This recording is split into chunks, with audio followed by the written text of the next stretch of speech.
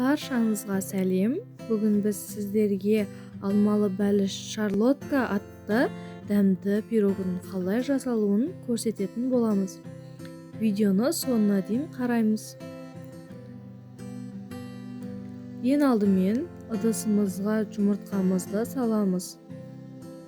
Сол жұмыртқаның үстіне шекерімізді салып, жақсылап миксермен араластырамыз. Аппақ болғанша шамамен 3-4 минуттай араластырамыз. Сосын шым-шым тұзымызды салып, тағы да жақсылап миксермен араластырамыз.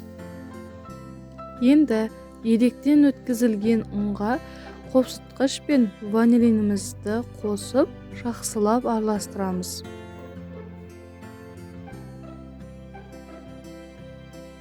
Жұмыртқалы массамызға ұнымызды аз-аздан немесе 3 бөле қосып отырамыз.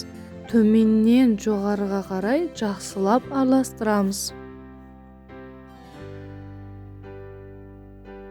Мен алмалы бәлішке 2 дана алмасын қолдандым. Сіздер өз қалауларыңызша қолдансаңыздар болады. Сол 2 дана алмамызды сыртын жақсылап ашып, ұзынша етіп тураймыз. Диаметрі 22-24 см формамызға қамырымызды құйып, тураған алмаларымызды өз қалауларыңызша әрлеп қойып шығасыздар. Дайын болған шарлоткамызды қызып тұрған пешке 180-200 градусқа 40-50 минутқа қоямыз.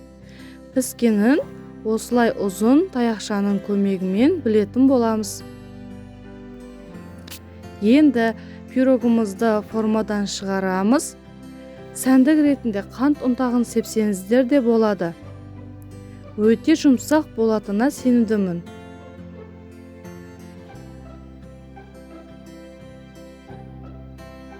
Ас болсын.